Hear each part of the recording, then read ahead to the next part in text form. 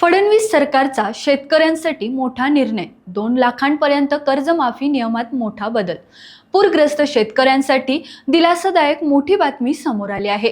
फडणवीस सरकारने जून ते सप्टेंबर दरम्यान झालेल्या अतिवृष्टीमुळे नुकसान झालेल्या शेतकऱ्यांसाठी नव्याने मदतीची घोषणा केली आहे। यामध्ये नियमात मोठा बदल करत शेतकरी आणि पशुपालकांना मोठा दिलासा देण्यात आला आहे। अर्थसंकल्पीय अधिवेशनात मुख्यमंत्री देवेंद्र फडणवीस यांनी 2 लाखांपर्यंत पीक कर्जमाफी जाहीर केली आहे। 30 सप्टेंबर 2025 पर्यंत थकीत असलेल्या कर्जावर ही माफी लागू होणार आहे। तसंच नियमित कर्जफेड करणाऱ्या शेतकऱ्यांना 50,000 रुपयांपर्यंत प्रोत्साहनपर लाभ देण्याची घोषणाही करण्यात आली आहे। गेल्या वर्षीच्या महापुरामुळे राज्यातील 20हून अधिक जिल्ह्यांतील शेतकऱ्यांचे मोठे नुकसान झाले होते। यावरून नाराजी व्यक्त होत असताना आता सरकारने नव्या निर्णयाने दिलासा दिला आहे। महत्त्वाचा बदल म्हणजे आता मदतीसाठी असलेली मर्यादा शिथिल करण्यात आली आहे।